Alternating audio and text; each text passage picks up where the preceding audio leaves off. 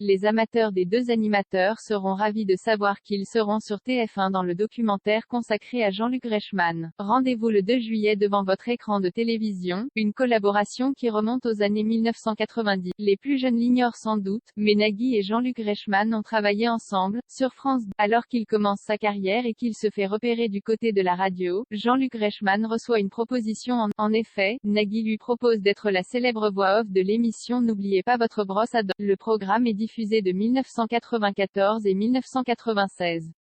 Croyez-le ou non, mais à l'époque, France 2 donne le feu vert et laisse l'animateur gérer un jeu, de quoi laisser penser que jamais il ne sera reprogrammé. C'est Nagui qui le pense. Impossible, dit-il, catégorique. Le micro-revolver inspiré par une photo de Prince, les seins nus, les sketchs.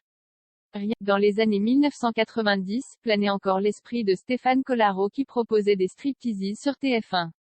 La télévision est simplement le reflet. Tout le monde est pudique. Aujourd'hui, sur la plage, plus aucune femme n'est simple. Grâce à cette émission, Jean-Luc Reichmann se fait un nom. De 1995 à 2000, il est même l'animateur star de sa propre émission, Les Amours. Pour l'animer, il met de côté sa collaboration avec Nagui. Un choix qui ne ravit pas Nagui, malheureux de voir partir l'un des meilleurs membres de son équipe. Nagui de retour sur TF1, la première chaîne d'Europe a tourné un documentaire exclusif qui plonge dans la vie intime et professionnelle de Jean-Luc Reichmann. Pour donner du corps à cette œuvre, plusieurs collègues et amis de l'animateur ont été appelés, et Nagui répond présent à l'appel. De quoi énormément toucher celui qui présente les 12 coups de que Nagui parle. J'ai trouvé ça merveilleux et magique. On est potes, on a beaucoup de respect pour l'un et l'autre mais il est cash quand il dit « on prend un membre de ma famille » et qu'il n'avait pas vu arriver tout ça. J'ai énormément de respect pour lui parce qu'il a pris beaucoup de risques dans sa vie. Ça fait partie du parcours. Ça m'a vraiment touché qu'il accepte de parler. Nagui va être sur TF1 dans le... Vous avez déjà vu Nagui sur TF1? Depuis combien de temps vous ne l'avez pas vu sur TF1? Ceux qui, à l'époque, hésitaient chaque midi entre Jean-Luc Reichmann et Nagui seront donc ravis. Les deux animateurs préférés des Français seront ensemble, sur la même chaîne. L'occasion pour eux de se plonger dans des souvenirs de carrière et de raconter des anecdotes. On espère que la qualité sera au rendez-vous. Jean-Luc Reichmann est également invité à parler dans le documentaire. Si Jean-Luc Reichmann a commencé comme voix off sur France 2, il est aujourd'hui accompagné d'une voix off sur TF1.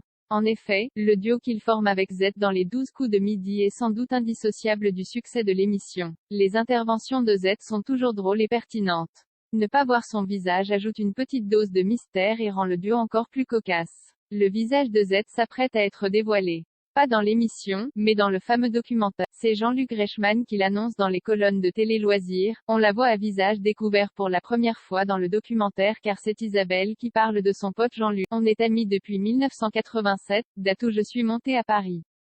Elle fait partie de ma vie au quotidien, le midi. Dans le documentaire, elle a des mots hyper touchants pour moi. Attention cependant, ne vous attendez pas à voir Z. Dans le documentaire, on voit Isabelle. Quand on m'a demandé qui je verrais dans ce doc, j'ai pensé à elle car c'est mon amie. Elle ne vient pas pour jouer le rôle de la voix off, mais pour parler en tant qu'Isabelle Bennett. Les deux amis collaborent ensemble depuis des années et s'ils ont décidé, ensemble, de camoufler le visage de Z, Isabelle n'a aucune raison de ne pas montrer le sien dans le documentaire.